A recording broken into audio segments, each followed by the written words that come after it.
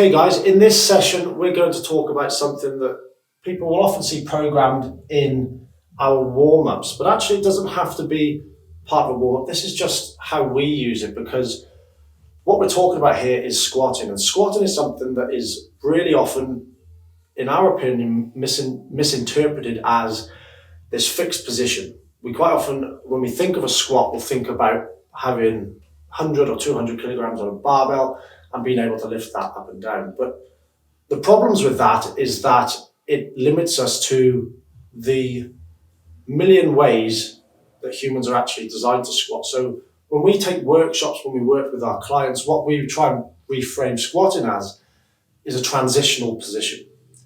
And it's a position that we want to be able to come in and out of, and lots of different ways, because every one of us, every one of you is going to be built differently. Some of us are going to have anthropometrical differences, which means that we could be the same height, but we could have a different proportional ratio of our femur length to our knee to floor length, to our torso length, which is going to totally impact the way that we're going to squat, which is why we have a few issues around the idea of a one-size-fits-all approach to squatting. So what we will often do is try and get people to think about squatting as for definitional purposes, saying that its knees are going to be above hips, or best attempt to do so.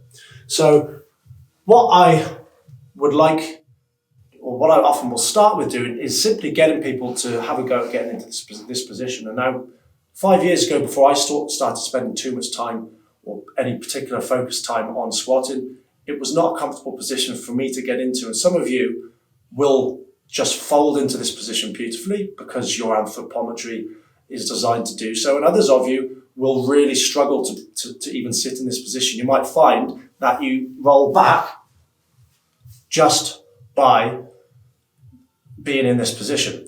And for those of you who struggle with that, what we will often do is get something just to try and impact the length of your shin by getting a heel lift. I find it much more comfortable being in this position. It enables me to keep a much more upright torso, but that's just an idea for you to be able to play with. Now, when we talk about getting into squatting positions, what we're really talking about from a back to roots perspective is ankle, knee, and hip health. Because the idea of our body adapting to what we ask it to is that we are a product of the things that we do. And the nature of everyday living these days, with chairs and all these sorts of things that make getting around and being in work much more convenient, we don't spend time in these deep end ranges of our joints. Okay, so when was the last time that you actually spent any time in a squat? I mean, I don't think that squatting is something that's going to change the world, but when it's something that you haven't done for a long period of time, there's probably going to be health benefits to exposing yourself to that position. And for that reason, we program in certain periods of times a day where we just try and give people reasons to be able to spend time in this position. Now, you could simply just be in this position and using this when you're watching TV, or using this when you are doing some house chores, or whatever it may be. In a warm-up, what we might do is try and give some people some different options for being able to play with this position. It could be simply having, when we talk about movement variability, have we got the ability to move our pelvis in and around about in this position? Maybe giving people a goal of 10 reps to do so in circles clockwise. A cue we might often use is that you've got a pencil coming out of your bottom and you're going to draw a circle on the floor with that pencil. Other things we might try and do is seeing if we can actually move our hips. So in this position, can I take my knee as far out as I can? Try it on the other side. I might even often cue to be able to get a little bit more relaxation in that position and use my hand to be able to loosen up and free the access into that position. Something else that we could try and do would be to try and get some rotation. So I could simply try and grab this ankle and look up to the ceiling. I could try and do that on the other side.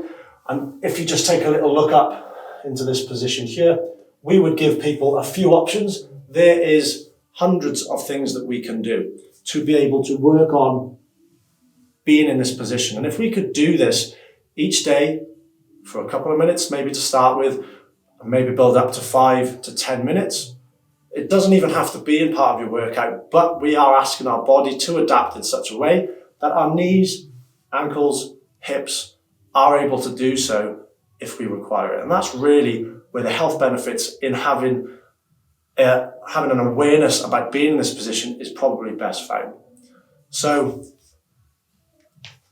that's a whistle-stop tour of maybe why we could program a little bit of squatting in each day. We've got a load of videos that are going to give you some ideas of specific ways that we might coach it.